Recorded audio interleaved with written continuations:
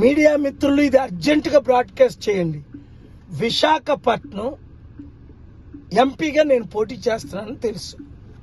నేను ఎవరికి ఇప్పుడు చెప్పకూడదు, మన గుర్తు చెప్పకూడదని ఆర్ఓస్ ఇచ్చిన రూల్స్ ప్రకారం నేను ఫాలో అవుతున్నాను.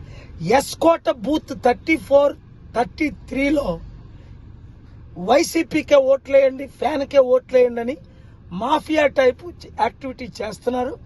విజయనగరం కలెక్టర్ గారికి, విశాఖపట్నం కలెక్టర్ గారికి నేను కంప్లైంట్ ఫైల్ చేశాను. ఇప్పుడు 11:36 అయింది.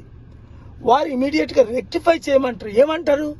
రేపు పోలింగ్ ఆఫీసరు, అరే మాకు ఇక్కడ నేను ఒక్కడనే ఉన్నాను, రిలీవర్ లేరు సార్ పంపండి అని మా ఏజెంట్ రెడ్డి యశ్పాదం గారితో చెప్పారు. కనుక ఎస్కోట నియోజకవర్గం అంతా అవినీతి జరుగుతుంది. 21 మంది కోఆర్డినేటర్లు తిరుగుతున్నారు.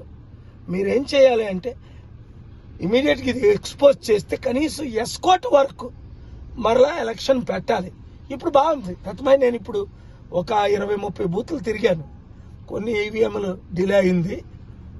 Otherwise it's going well. Youth బాగా బయటకు వస్తున్నారు, వృద్ధులు బాగా బయటకు వస్తున్నారు, ఎప్పుడూ ఓటు వేయని వారు బయటకు వస్తున్నారు, మార్పు కోరుకుంటున్నారు.